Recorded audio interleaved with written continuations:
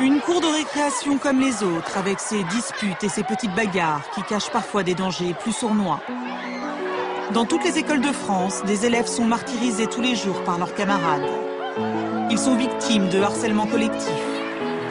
Un enfant sur 10 est concerné par le harcèlement dans la cour de son établissement scolaire en France. Un rapport qui fait état d'une augmentation inquiétante du nombre de cas de violence à l'école.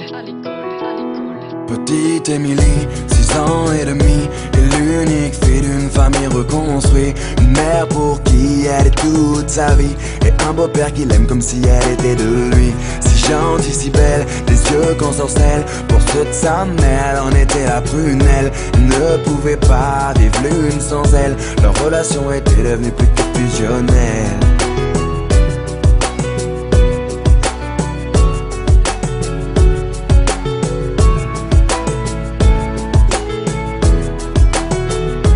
Petite Émilie, à 8 ans passés, rien n'a changé sauf qu'elle a déménagé. Fini la campagne isolée, elle vit maintenant en ville car sa maman fut mutée.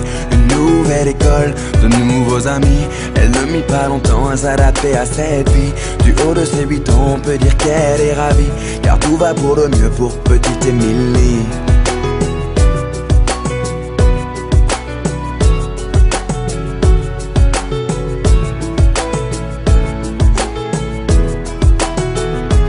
Petite Émilie, à 10 ans, était devenue une petite fille comblée. On peut dire que l'école lui plaisait. Bonne élève pour maman, elle en était une fierté.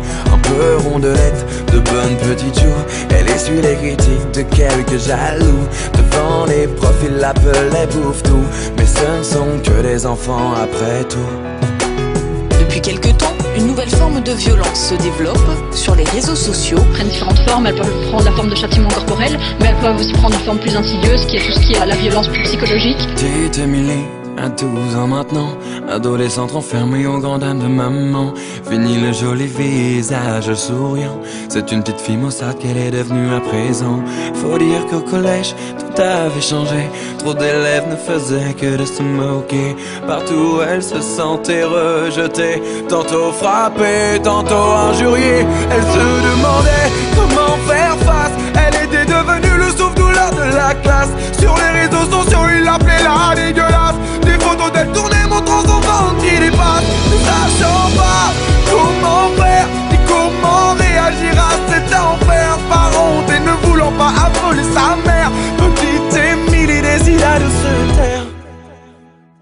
Mais un soir de décembre, petite Émilie rentra chez elle dénudée. Ses camarades, tous ensemble, l'avaient enfermée dans le vestiaire pour la toucher. C'en était trop pour elle, trop qu'elle ne puisse encore supporter. Alors elle étendit ses ailes, prit son envol vers la paix.